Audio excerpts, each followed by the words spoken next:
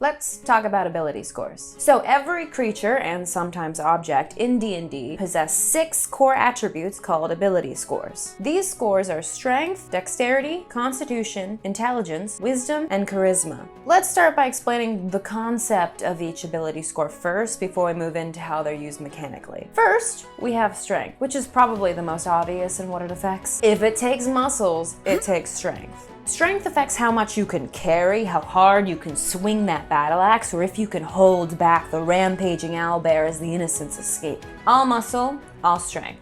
Next we have dexterity, which is kind of the opposite of strength. It's all finesse and speed versus brute force. Dexterity is sneaking past enemy patrols, dodging out of the way of a deadly trap, delicately pickpocketing someone's coin purse, or even just tying secure knots to keep a prisoner from escaping. It's skilled and careful movement. Next is constitution, which is basically your bodily fortitude. It is your stamina and your hardiness. Constitution would be resisting the effects of a poison, holding your breath for deep dives, going long periods of time without food, water, or sleep. It is your physical limits and your ability to push past those limits. Intelligence, moving on to the mental abilities, is, well, smarts. It is your mental sharpness, be it picking up quickly on new things, deducing the connection between clues, or remembering important information the rest of your party forgot.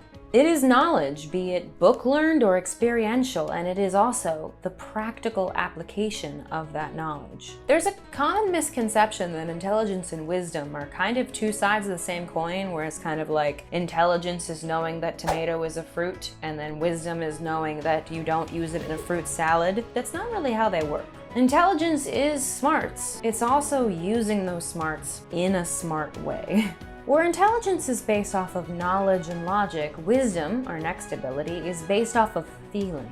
Wisdom is a person's intuition. It's their gut instinct, how in tune they are with the world and the people and animals in it. Wisdom is used for things like noticing suspicious activity in the shadows, getting a feel for if someone's lying to you, or communicating to a creature that doesn't use language. Finally, we have charisma, which is the most abused ability I've ever seen. If intelligence is logic and wisdom is feeling, charisma is force of personality. It is your social prowess and your ability to affect others emotionally. It could be entertaining a crowd, convincing a guard to look the other way, inspiring a group of terrified people to stand against danger, or intimidating knowledge out of an enemy.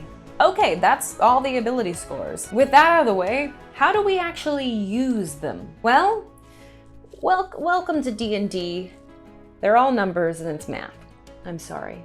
In a world of ability scores, 10 is considered the normal human average. Anything above a 10 is considered a good score. Anything below a 10 is considered a poor score. A feeble old man might have a strength of like 8 or even lower. A trained knight might have a strength of 16 or higher. These numbers help conceptualize how developed a creature's base attributes are. We then have to apply them to dice rolls because that's how everything in D&D is determined. And this is where most new players get confused. Honestly, some experienced players as well. We don't actually use the ability scores for most of what ability scores are used for. Instead, we use something called ability score modifiers. The modifiers do come from the ability score, but they do it using math. This is a part you can totally skip in your beginning D&D knowledge and just honestly look at the chart.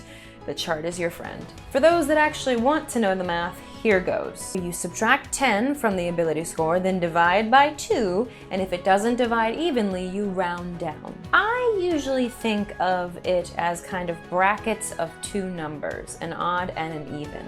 10 is always going to be plus 0. It's the base, and it's in its own bracket with 11. For every bracket of two numbers above that, it's plus 1. For every bracket below it, it's minus 1. So 8 and 9 would be both minus 1.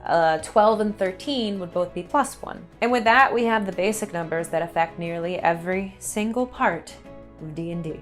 Those modifiers are what I touched on in the previous lesson. They get added on top of dice rolls to determine your result. What modifier you use is determined by what you're trying to do. All of those previous examples I gave when I was explaining what the ability scores are, those would have all been dice rolls. If I were to actually try and pickpocket someone, that would be a dexterity check.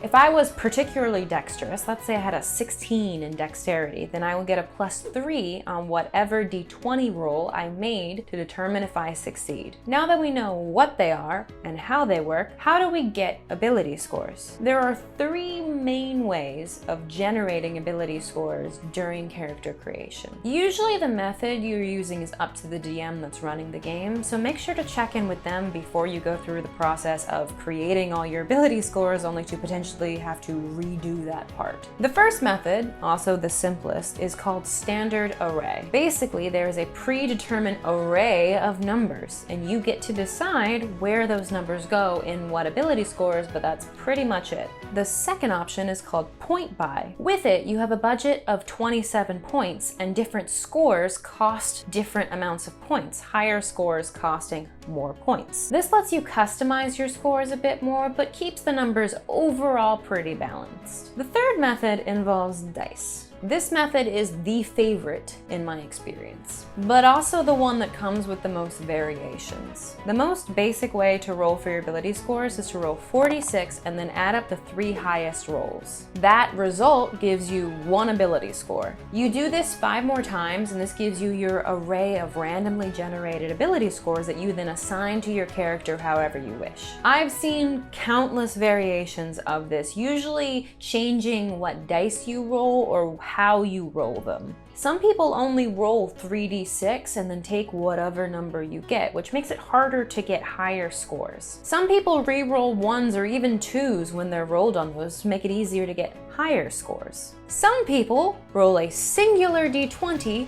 for every single ability score and live with the consequences. With that particular variation, you may end up with a god amongst mortal kind of character or a hot mess. Or both. Usually it's both. So yeah, that's ability scores.